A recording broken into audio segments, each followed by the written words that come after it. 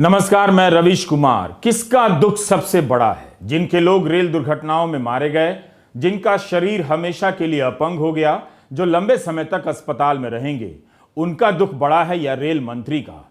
Rail मंत्री अश्विनी वैष्णव के Twitter handle पर आप जाकर देखिए कि वे घटना स्थल से किस तरह के वीडियो ट्वीट कर रहे हैं। फिर आईटी सेल और उनकी पार्टी के लोगों के ट्वीट देखिए कि रेल मंत्री की महानता को कैसे बढ़ा चढ़ाकर पेश किया जा रहा है। हमारा सवाल है कि क्या इस वक्त ये चिंता होनी चाहिए कि रेल मंत्री की महानता में थोड़ी कमी आ गई है, उसे फिर से लग भिड़कर बड़ा करना है, या जिनके घर बर्बाद हो गए हैं उनके परिवारों को सांत्वना देनी है? क्या यह सांत्वना मुआवजे की राशि के ऐलान के साथ खत्म हो जाती है? हम ऐसा भी नहीं कह रहे हैं कि पीड़ितों का ध्यान नहीं रखा जा रहा होगा, लेकिन ट्विटर हैंडल पर मंत्री जी क्या ट्वीट कर रहे हैं उसे देखने पर पता चलता है कि सारा जोर इसी पर है कि मंत्री जी बहुत महान हैं। मंत्री जी दिन रात काम करते हैं, जैसा सारे लोगों के दुखों से वही एकमात्र गुजर रहे हैं। एक तरह से इस दुर्घटना में मारे गए 288 लोगों के परिवारों का दुख कहीं नहीं दिखता है।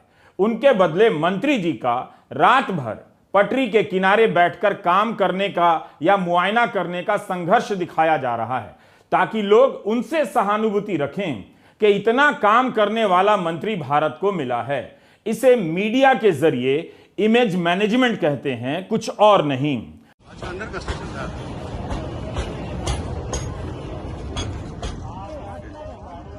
मंत्री जी इस तरह के वीडियो जारी करते हैं जिसमें आप देख सकें कि मंत्री मौके पर देर रात तक काम कर रहे हैं। जिन अधिकारियों और कर्मचारियों ने दिन रात लगाकर इस पटरी को चालू किया होगा, घर तक नहीं गए होंगे, उन सब के बदले अब काम करने का एकमात्र चेहरा मंत्री जी हैं, जो प्रणाम भी कर रहे हैं, मुक्का भी तान रहे हैं। इसी को जनसंपर्क कहते हैं। अपनी छवि ठीक रहनी चाहिए, वरना मंत्री जी अपने हैंडल से पटरी पर काम होने या किसी अधिकारी का भी वीडियो ट्वीट कर सकते थे कि ये लोग किस तरह से जमीन पर बैठकर पटरी लगा रहे हैं। जब सब काम और देर रात तक का काम मंत्री जी ही कर रहे हैं, तो फिर जवाबदेही लेने में संकट क्या है? मंत्री जी आखिर में वंदे मातरम और भारत माता की जय के नारे भी लगा रहे हैं। क्या आज के भारत में दुर्घटना के बाद पटरी को चालू कर देने का काम इतना मुश्किल हो गया है जैसे अमेरिका और जापान में भी नहीं होता है, और अश्विनी वैष्णव ने ही कर दिखाया है, जिसके बाद वे वंदे मातरम और भारत माता की जय के नारे लगा रहे हैं? ये दोनों ही सम्मानित नारे कभी भी लगाए जा सकते हैं, मगर इस वक्त मंत्री को नारे लगाते हुए देखना अजीब लगता है। भारत माता की वंदे वंदे। क्या ये पहली बार हो रहा है कि दुर्घटना के बाद पटरी चालू हो रही है, रेल यातायात सामान्य हो रहा है?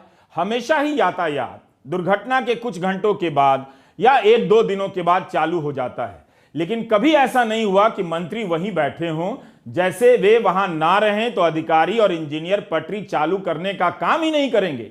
उन्हें आइडिया ही नहीं आएगा कि यह भी करना है। हमारा सवाल है कि किसका दुख बड़ा है, इस पर फोकस रख रहा हूं।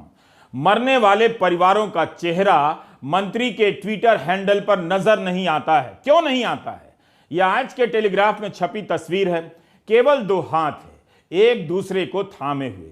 अखबार ने लिखा है कि एक महिला अपने पति की लाश खोज रही है, अपने रिश्तेदार का हाथ थामे हुए है। आप नोट कीजिए कि कितनी संवेदनशीलता से यह तस्वीर ली गई है और मंत्री जी किस तरह से अपने बारे में वीडियो ट्वीट कर रहे हैं। हमारे 3 सवाल। क्या प्रधानमंत्री जी इस सदी के सबसे भयावह रेल दुर्घटना की जिम्मेदारी लेंगे?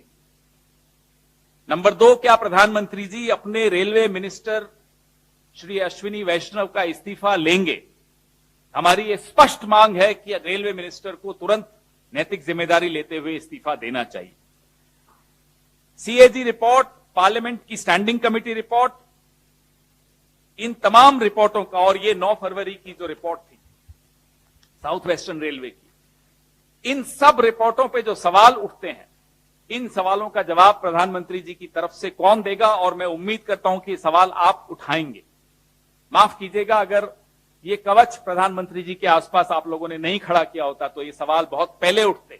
सीएजी रिपोर्ट्स के सवाल उठते, इस रिपोर्ट को कहीं ना कहीं छपते हुए हम देखते, इस पे चर्चा और डिबेट्स होती, तो शायद ये 288 लोग अपनी जान नहीं गंवाते। हमारा और आपका काम सरकार को जनता से बचाने का नहीं है, जनता को सरकार से बचाने का। अभी भी समय है, हम सबको ये जिम्मेदारी निभानी पड़ेगी, नहीं तो ये दुर्घटनाएं होती रहेंगी, लोगों की जान जाती रहेगी और यूं ही हम एक दूसरे को ढांढस बनाते रहेंगे। जब कांग्रेस ने बाकायदा प्रेस कॉन्फ्रेंस कर रेल मंत्रालय की कमियों को गिनाया, लापरवाहियों की तरफ इशारा किया और इस्तीफा मांगा, तो इस्तीफे के खिलाफ प्रोपेगेंडा शुरू हो गया। बीजेपी के आईटी सेल, पार्टी के नेता जैसे कपिल मिश्रा और अन्य समर्थकों के ट्विटर हैंडल पर देखेंगे तो लगेगा कि दुर्घटना का असर समाप्त हो चुका है, अब बस मंत्री जी की जय जय होनी बाकी है। आईटी सेल के चीफ अमित मालवीय के ट्विटर हैंडल पर किसी परिवार के दुख दर्द का फोटो नहीं दिखेगा। क्या उनकी व्यथा को ट्वीट करने से सरकार का इकबाल या प्रचार कम हो जाता है? रेल मंत्री के मीडिया के सामने भावुक हो जाने के वीडियो को ट्वीट करते हुए कपिल मिश्रा ने लिखा है कि पिछले 48 घंटों से रेल मंत्री लगातार घटना स्थल पर ही हैं। देश में ऐसा शायद पहले कभी नहीं हुआ। अश्विनी वैष्णव जी का यूं भावनाओं का उमड़ना स्वाभाविक ही है। अपना ध्यान रखिए अश्विनी जी, पूरा देश इस राहत और बचाव कार्य में आपके साथ है। एक और ट्विटर हैंडल से तर्क गढ़ा जा रहा है कि ग्राउंड पर 51 घंटे से हैं, सुनिश्चित कर रहे हैं कि चीजें सामान्य हो। दिल्ली से हजारों किलोमीटर दूर 40 डिग्री सेल्सियस तापमान, ऐसे लोगों की हमें जरूरत है। मंत्री जी रो रहे हैं, उनके रोने का क्या मतलब है? उन 288 परिवारों में क्या कोई नहीं रो रहा होगा?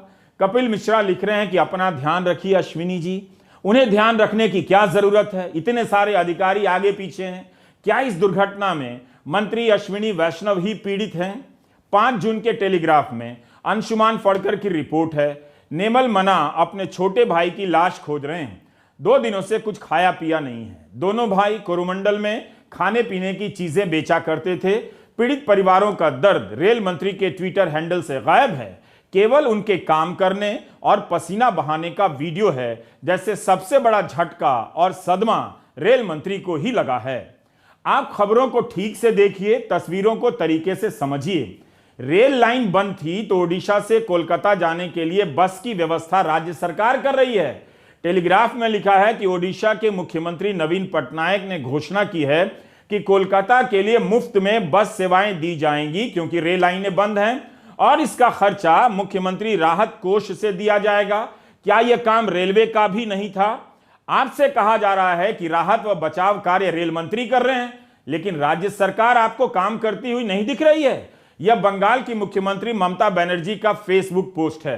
टेलीग्राफ में भी यह खबर छपी है। ममता बनर्जी ने लिखा है कि बंगाल के यात्रियों के सभी शवों की पहचान अभी तक पूरी नहीं हुई है। मरने वालों की संख्या अभी सही से नहीं बताई जा रही है, मगर उन्होंने लिखा है कि बंगाल से करीब 81 लोगों की मौत हुई है, 62 लोगों की शिनाख्त हुई है और बंगाल के 180 से अधिक लोग अभी भी लापता बताए जा रहे हैं।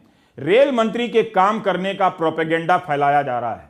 अगर काम के प्रति ईमानदारी से ही जानकारी देनी थी तो रेल मंत्री को खुद दूसरे राज्यों के मुख्यमंत्री या सरकारों के काम का भी जिक्र करना चाहिए था। बताना चाहिए था कि उनके अफसर भी दिन रात काम कर रहे हैं। रेल मंत्री से इस्तीफा मांगा गया तो बताया जाने लगा कि रेलवे को ऐसा मंत्री कभी नहीं मिला। कितना काम करते हैं, करते भी होंगे, लेकिन दुर्घटना के वक्त जवाबदेही की बात भी तो होनी चाहिए। कोई सुहेल सेठ हैं जिन्होंने ट्वीट कर दिया कि मंत्री जी कहां कहां से पढ़े हैं, तो उनके जैसा मंत्री होना चाहिए, इस्तीफा नहीं देना चाहिए। ये जनाब तो इस्तीफा मांगने वालों को अंग्रेजी में इडियट लिख रहे हैं। क्या इस्तीफा मांगने वाले लोग इडियट हैं? अश्विनी वैष्णव ने जोधपुर की जय नारायण व्यास विश्वविद्यालय से बीटेक किया है। इसके बाद 1994 में आईआईटी कानपुर से एमटेक किया। आईआईटी कानपुर से निकलने के बाद भारतीय प्रशासनिक सेवा में शामिल हुए और ओडिशा काडर में रहे। बालासोर और कटक में जिला कलेक्टर भी रहे। 2003 में तत्कालीन प्रधानमंत्री अटल बिहारी वाजपेयी के कार्यालय में उप सचिव का कार्यभार मिला।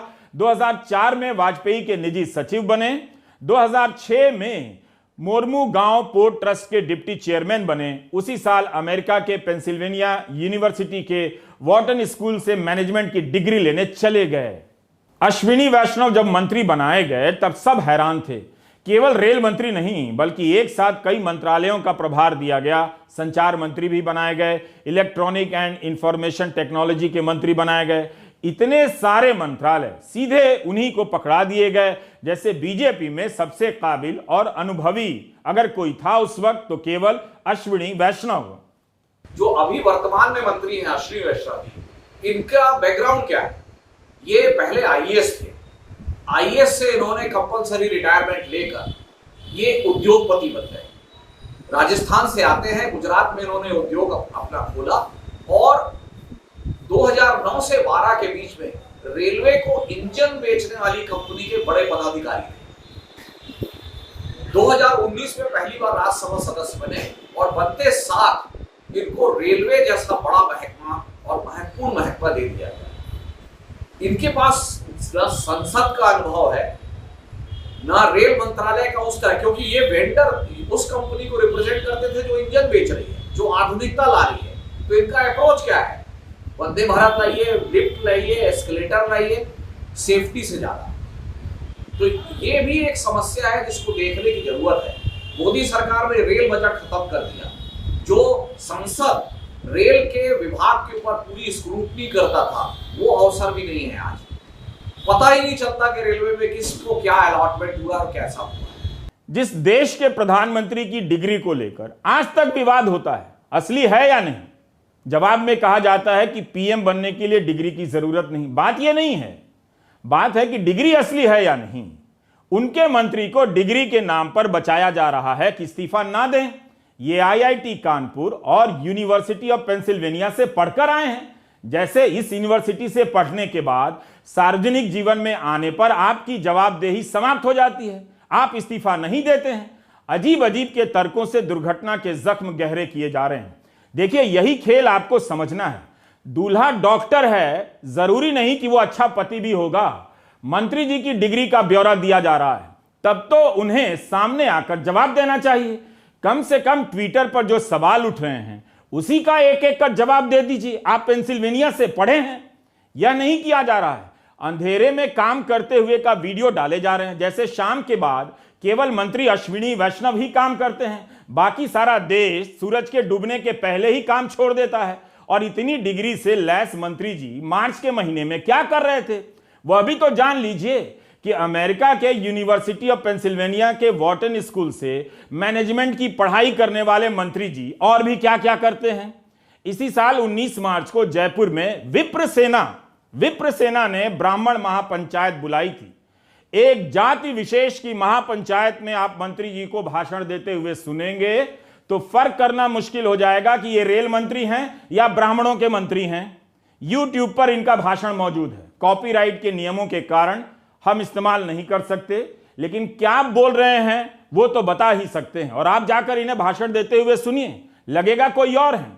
सबसे पहले आप विप्र सेना का ट्विटर हैंडल देखिए। इस ट्वीट में विप्र सेना ने लिखा है कि विप्र सेना द्वारा आयोजित ब्राह्मण महापंचायत अद्वितीय, ऐतिहासिक और अविस्मरणीय। केंद्रीय मंत्री अश्विनी वैष्णव ने भगवान परशुराम पर डाक टिकट जारी किया।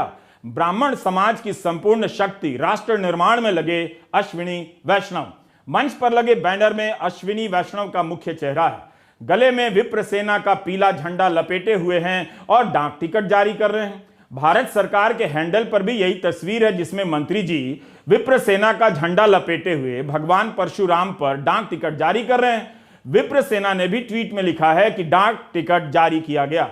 डाक टिकट जारी करना अच्छी बात है, लेकिन क्या ब्राह्मण महापंचायत और विप्र सेना की रैली में डाक टिकट जारी किया जाना चाहिए? इस सवाल के नजरिए से देखेंगे तो आपको पता चलेगा कि जिन बड़ी बड़ी डिग्री के नाम पर अश्विनी वैष्णव का महिमा मंडन किया जा रहा है वो एक जाति विशेष के नेता बनने के लिए कितने बेचैन हैं। यही नहीं, मंत्री जी ब्राह्मण महापंचायत के पोस्टर तक का विमोचन करते हैं। विप्र सेना ने ही अपने ट्विटर हैंडल से 14 फरवरी 2023 को ट्वीट किया है कि केंद्रीय रेल मंत्री माननीय अश्विनी वैष्णव जी ने किया ब्राह्मण महापंचायत के पोस्टर का विमोचन। इतना काम करते हैं रेल मंत्रालय में कि ब्राह्मण महापंचायत के पोस्टर का विमोचन करने का भी टाइम निकल आता है। अपने एक दिवसीय दौरे पर, यह ट्विटर हैंडल में लिखा है, अपने एक दिवसीय दौरे पर जयपुर आए केंद्रीय रेल मंत्री विप्र गौरव श्री अश्विनी वैष्णव जी द्वारा ब्राह्मण समाज की सबसे विशाल आम सभा ब्राह्मण महापंचायत का पोस्टर विमोचन किया गया। बताइए, आप कहते हैं कि रेल मंत्री बहुत काम करते हैं, लेकिन यहां तो मंत्री जी के पास इतना टाइम है कि ब्राह्मण महापंचायत के पोस्टर तक का विमोचन कर रहे हैं। विप्र गौरव कहलाए जा रहे हैं। विप्र गौरव यूनिवर्सिटी ऑफ पेंसिल्वेनिया से पढ़कर आए हैं।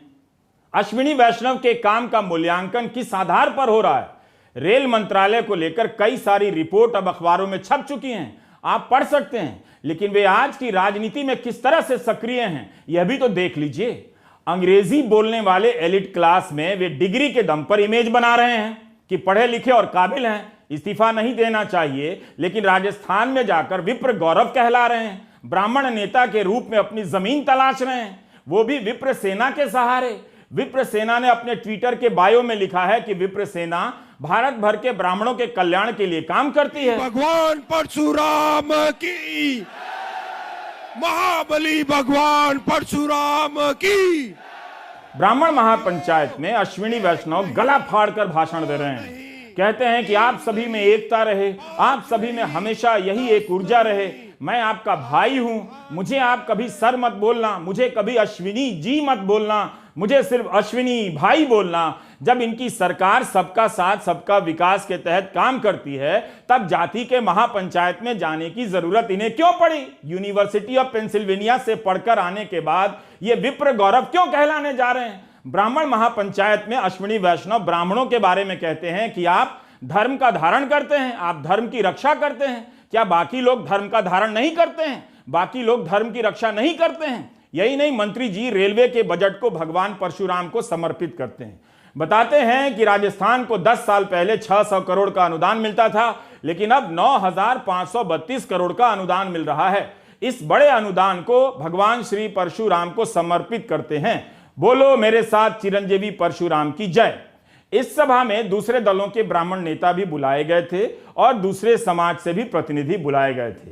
क्या रेल मंत्रालय अपने बजट का बंटवारा राज्यों के हिसाब से करता है? क्या रेल किसी राज्य को अनुदान देती है? क्या यह सब बोलते हुए अश्विनी वैष्णव रेल मंत्री का धर्म पूरा कर रहे थे?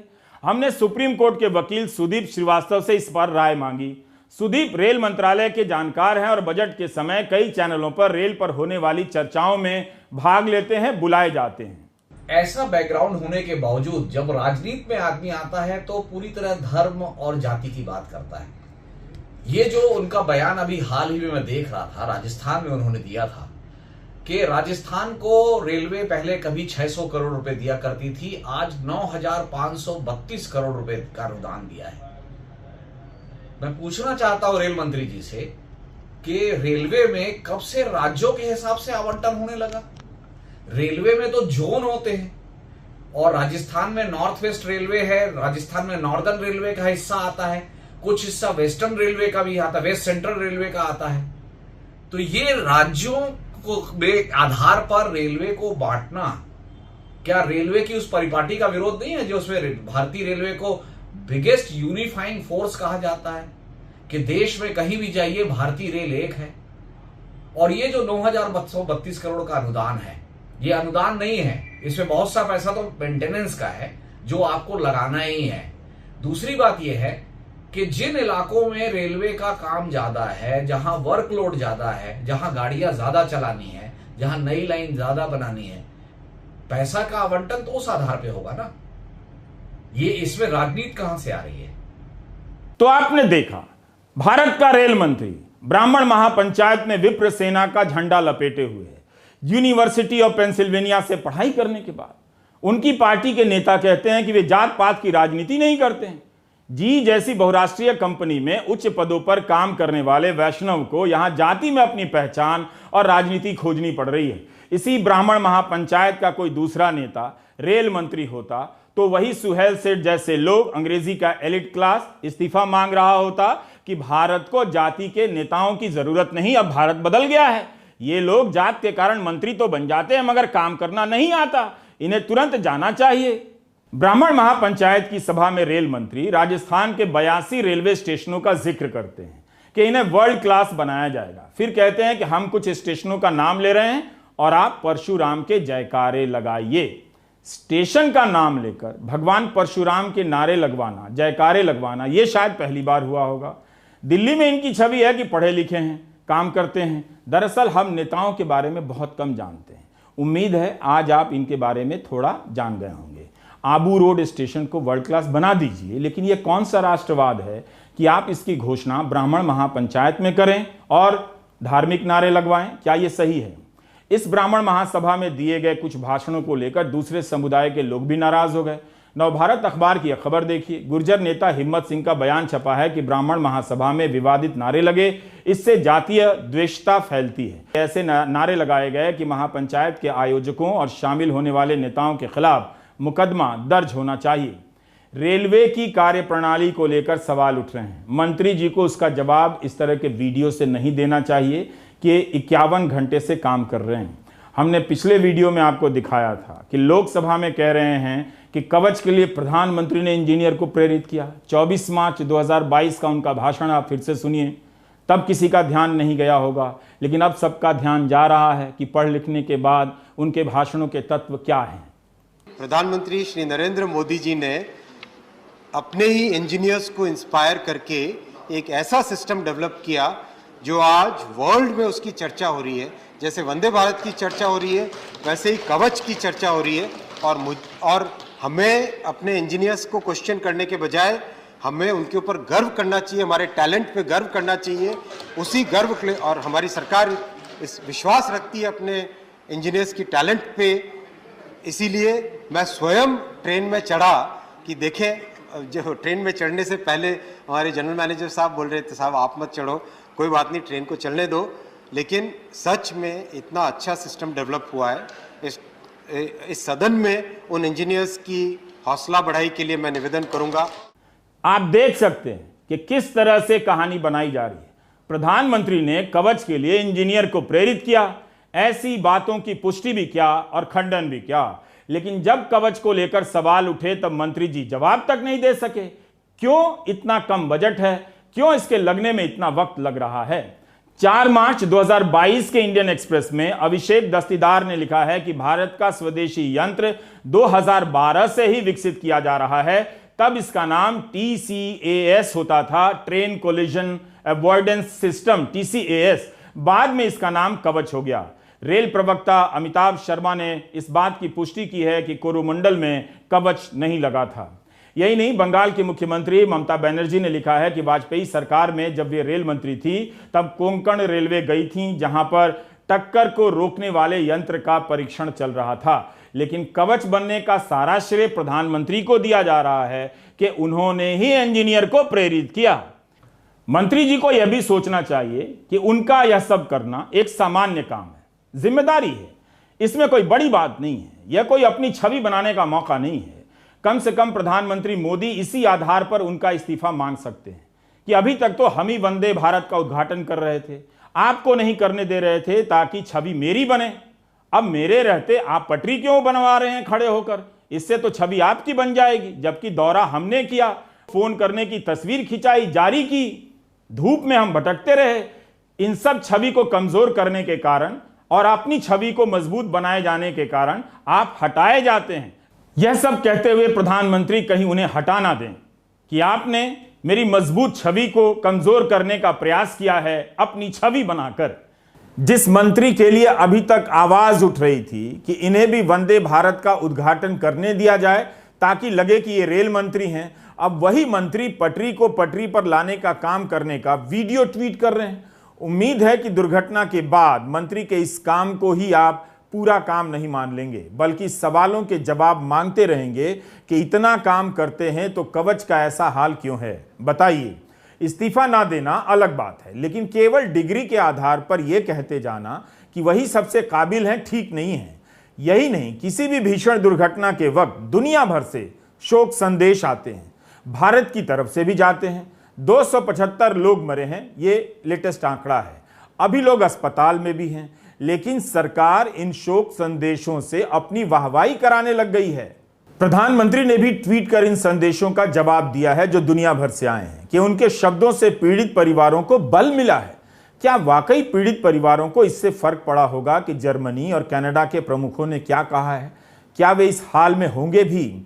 विदेश मंत्री एस जयशंकर का बयान आया है कि दुनिया भर से विदेश मंत्री हैं, उन्होंने सहानुभूति प्रकट की है। मुझे भी बहुत फॉरेन मिनिस्टर्स और बाकी दोस्त जो दुनिया में हैं उनका भी मैसेज आया है, प्रधानमंत्री जी को भी आया है, कह रहे हैं और बता रहे हैं कि ये एक उदाहरण है कि आज की दुनिया कितनी ग्लोबलाइज्ड हो चुकी है और ये भी कि दुनिया भारत के साथ कितनी जुड़ चुकी है कि हमारे साथ ऐसी दुर्घटना हुई और पूरी दुनिया को लगा कि हमें भी इस समय में भारत का साथ देना चाहिए। दुनिया भारत से जुड़ गई है और दुनिया को लग रहा है कि भारत का साथ देना चाहिए। क्या पहले इस तरह के संदेश नहीं आते थे? बालासोर की दुर्घटना को भी विदेश नीति की कामयाबी के रूप में कोई पेश कर सकता है, इस सरकार से सीखिए। अब आप ये मत कहिएगा कि इसके पहले शोक संदेश नहीं आते थे, पहली बार आ रहे हैं, शोक संदेश ही आए हैं, इससे ज्यादा कुछ नहीं। उस पर भी मंत्री जी कह रहे हैं कि दुनिया भारत से जुड़ गई है। रेल की असफलता को, एक दुर्घटना को कोई विदेश नीति की सफलता में बदल सकता है?